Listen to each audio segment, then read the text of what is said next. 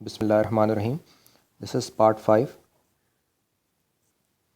of logistic growth model.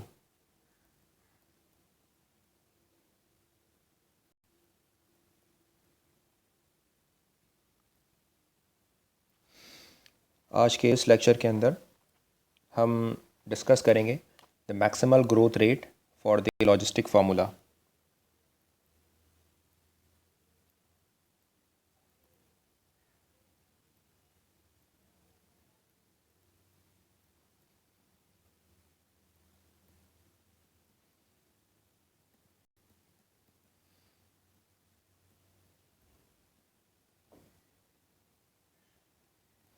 ये एक बहुत इम्पॉर्टेंट रिज़ल्ट है।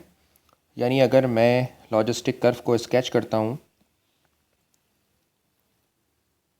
फॉर एग्ज़ाम्पल अगर एक लॉजिस्टिक कर्व को स्केच किया जाए T versus P of T for some point P not for some carrying capacity के, तो ये कर्व ऐसे बन जाता है। ये हम ऑलरेडी डिस्कस कर चुके हैं। अच्छा, इस कर्व को कई तरीक़ों से फॉर्म किया जा सकता है। फॉर एग्ज़ाम्पल ये कर्व कुछ ऐसे बन सकता है। फॉर एग्ज़ाम्पल आप ये कह सकते हैं कि ये कर्व कुछ ऐसे बन सकता है। यानी इस कर्व को कम्प्लीटली डिस्क्राइब करने के लिए आपको ये मालूम होना ज़रूरी है कि इसका इनिशियल वैल्यू क्या है, इसकी कैरिंग कैपेसिटी क्या है और इस कर्व के बेंडिंग पॉइंट्स क्या हैं। इस कर्व के बेंडिंग पॉइंट्स क्या हैं, फॉर एग्ज़ाम्पल कि किस पॉइंट के ऊपर ये कर्व जो है वो बेंड कर रहा है, तो ये आपको इसके बेंडिंग पॉइंट्स मालूम होने चाहिए। तो इन्हीं बेंडिंग पॉइंट्स को हम इसकी मैक्सिमम पॉइंट कहते हैं या मैक्सिमा भी कहते हैं। तो आज के इस वीडियो लेक्चर के अंदर मैं आपको ये बताऊंगा कि इसका मैक्सिमा कैसे फाइंड आउट किया जाता है या इसका मैक्सिमा। और ये भी एक बहुत इंपॉर्टेंट रिजल्ट है कि वो सारी फ़िज़िकल प्रॉब्लम्स जो लॉजिस्टिक ग्रोथ मॉडल से सॉल्व होंगी, उन सारी फ़िज़िकल प्रॉब्लम्स को सॉल्व करने के लिए हम इस फॉर्मूले को या इस रिज़ल्ट को यूज़ कर सकेंगे। तो हम डिस्कस करते हैं जी। According to logistic growth model, we know that dp upon dt is equal to rp 1 minus p upon k। अच्छा, मैक्सिमल ग्रोथ प्रूफ करने से पहले मैं आपसे एक सवाल पूछना चाहता हूँ। अगर मैं आपसे कहता हूँ कि ये इंक्रीजिंग फंक्शन है और डिक्रीजिंग फंक्शन है, तो ये बात यहाँ पर बड़ी कॉमन है कि ये ऑलवेज़ इंक्रीजिंग फंक्शन होगा। और अकॉर्डिंग टू कैलकुलस हमें पता है कि अगर ये ऑलवेज़ इंक्रीजिंग फंक्शन है then P dash of T is always greater than zero. तो साथ साथ हम इस बात को भी प्रूफ करते जाते हैं कि लॉजिस्टिक ग्रोथ मॉडल या लॉजिस्टिक ग्रोथ कर्व जो है वो ऑलवेज़ इंक्रीजिंग होता है। यानी इसका डेरिवेटिव जो है वो मस्ट भी पॉजिटिव होना चाहिए। तो यहाँ पर इस बात को भी प्रूफ कर लिया जाता है कि लॉजिस्टिक ग्रोथ के जो राइट हैंड साइड पर जो वैल्यूज़ लिखी हुई हैं वो हमेशा पॉजिटिव होंगी। ठीक। अच्छा, अगर मैं आपसे ये पूछता हूँ कि आप मुझे ये बताएं कि ये जो हमारा पी ऑफ टी है, इस पी ऑफ टी की रेंज क्या होगी, तो ऑब्वियस है कि इस पी ऑफ टी की जो रेंज है वो ज़ीरो से ग्रेटर होगी, बट इसकी कैरिंग कैपेसिटी से लेस होगी। तो अगर मैं लिमिट डिफ़ाइन करना चाहूँ तो मैं इसकी लिमिट इस तरह डिफ़ाइन कर सकता हूँ कि zero less than P of T less than के। तो इस ग्राफ के अंदर ये बात बड़ी कॉमन है कि पॉपुलेशन का जितना भी रेट ऑफ चेंज होगा वो उसकी कैरिंग कैपेसिटी से कम होगा और ज़ीरो से ज़्यादा होगा। आप इसी एक्सप्रेशन को इस तरह लिख सकते हैं, यानी P of T less than के। और आप इसी एक्सप्रेशन को इस तरह लिख सकते हैं, फॉर एग्ज़ाम्पल के minus P of T greater than zero. और अगर मैं यहाँ से के को कॉमन ले लूँ तो के को कॉमन लेने के बाद मैं इस एक्सप्रेशन को लिख सकता हूँ one minus P of T divided by K which is greater than zero. तो ये इस कर्व को देखते हुए मुझे दो तीन रिज़ल्ट्स पता लगे हैं। और अगर मैं इसको फर्दर सिंप्लीफाई करना चाहूँ तो मैं ये कह सकता हूँ कि one minus P of T divided by K is always greater than zero, यानी के जो है वो राइट हैंड साइड पर जाकर ज़ीरो के इक्वल हो गया। और अगर इसी एक्सप्रेशन को इक्वेशन नंबर वन के हिसाब से देखा जाए तो इक्वेशन नंबर वन में जो राइट हैंड साइड पर वन माइनस पी ऑफ के है, ये रिज़ल्ट हमेशा पॉजिटिव के होगा। तो अगर इसको इसकी जगह सब्स्टिट्यूट कर दिया जाए तो हम बड़ी आसानी से ये रिज़ल्ट कंक्लूड कर सकते हैं कि D P upon D T is always greater than zero. तो यहाँ पर यह बात भी प्रूव हो जाती है कि लॉजिस्टिक ग्रोथ मॉडल से बनने वाला कर्व हमेशा इंक्रीजिंग कर्व होगा। तो 1 minus P of T of के ऑलवेज पॉजिटिव वैल्यू, आर भी कांस्टेंट है पॉजिटिव है, पी भी कांस्टेंट है पॉजिटिव है, तो इट मीन्स कि डी पी बाई टी हमेशा ग्रेटर देन ज़ीरो होगा। तो यहाँ पर यह बात साबित होती है कि लॉजिस्टिक कर्व हमेशा इंक्रीजिंग कर्व होंगे।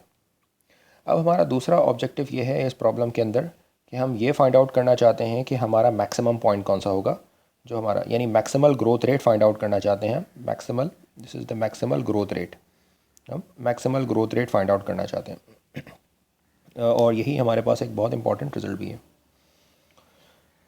कैलकुलस के अंदर मैक्सिमा मिनिमा थ्योरी को हम चूँकि बहुत डिटेल से पढ़ चुके हैं तो उसको हम यूज़ कर सकते हैं। फॉर एग्ज़ाम्पल मैं इसके लिए रेड कलर यूज़ कर रहा हूँ जी। मैक्सिमल ग्रोथ फाइंड आउट करने के लिए मुझे पता है कि लॉजिस्टिक इक्वेशन है D P by D T is equals to R P 1 minus P upon K. Function define कर लेता हूँ एफ ऑफ पी का। ये फंक्शन होगा R of R P minus R P square divided by K, right. This is equation number 1। Critical point find out करने के लिए derivative, जैसे आप मैक्सिमा मिनिमा थ्योरी के अंदर पढ़ चुके हैं कि इसका फर्स्ट डेरिवेटिव को ज़ीरो के बराबर लेते हैं और एक पॉइंट निकालते हैं और हम इस पॉइंट को कहते हैं क्रिटिकल पॉइंट। जो पॉइंट हम निकालते हैं उसको कहते हैं क्रिटिकल पॉइंट। और फिर उस क्रिटिकल पॉइंट को उठाकर सेकेंड डेरिवेटिव के अंदर पुट कर देते हैं। अगर सेकेंड डेरिवेटिव का आंसर लेस देन ज़ीरो हो तो ये जो पॉइंट आप सब्स्टिट्यूट करते हैं ये मैक्सिमा कहलाता है, और अगर सेकेंड डेरिवेटिव का आंसर इस पॉइंट के लिए ग्रेटर देन ज़ीरो हो तो ये पॉइंट मिनिमा होता है। तो हम ये ऑलरेडी डिस्कस कर चुके हैं जी। इसका जब मैं डेरिवेटिव निकालता हूँ तो उसका रिज़ल्ट होगा are minus 2pr divided by के। इसके फर्स्ट डेरिवेटिव को ज़ीरो के बराबर इक्वेट करते हैं और देखते हैं क्या रिज़ल्ट निकलता है। तो हम इसको जब थोड़ा सिंप्लीफाई करते हैं तो ये आर से कैंसिल हो जाएगा और सिंप्लीफाई होने के बाद that is 2p is equal to K and p is equal to K upon 2। p is equal to K upon 2। तो ये मेरे पास एक क्रिटिकल पॉइंट निकल आया। मैं इसी क्रिटिकल पॉइंट को इसके सेकंड डेरिवेटिव के अंदर सब्स्टिट्यूट करता हूँ। तो फंक्शन का सेकंड डेरिवेटिव इक्वल होगा आपके पास जी, क्या होगा इसका सेकंड डेरिवेटिव? अगर हम इसका सेकंड डेरिवेटिव फाइंड आउट करना चाहते हैं तो ये रिज़ल्ट होगा 0 माइनस 2r अपॉन के, और इसका second derivative already less than zero है। तो यहाँ पर यह बात कॉमन हो गई कि f double dash of k upon 2 is less than zero. It means ये जो पॉइंट है आपके पास दिस इज़ k बाई 2, ये पॉइंट आपका मैक्सिमा है। अब ये एक बहुत ही इंपॉर्टेंट रिज़ल्ट को शो करता है। ये आपको ये बताता है कि लॉजिस्टिक कर्व में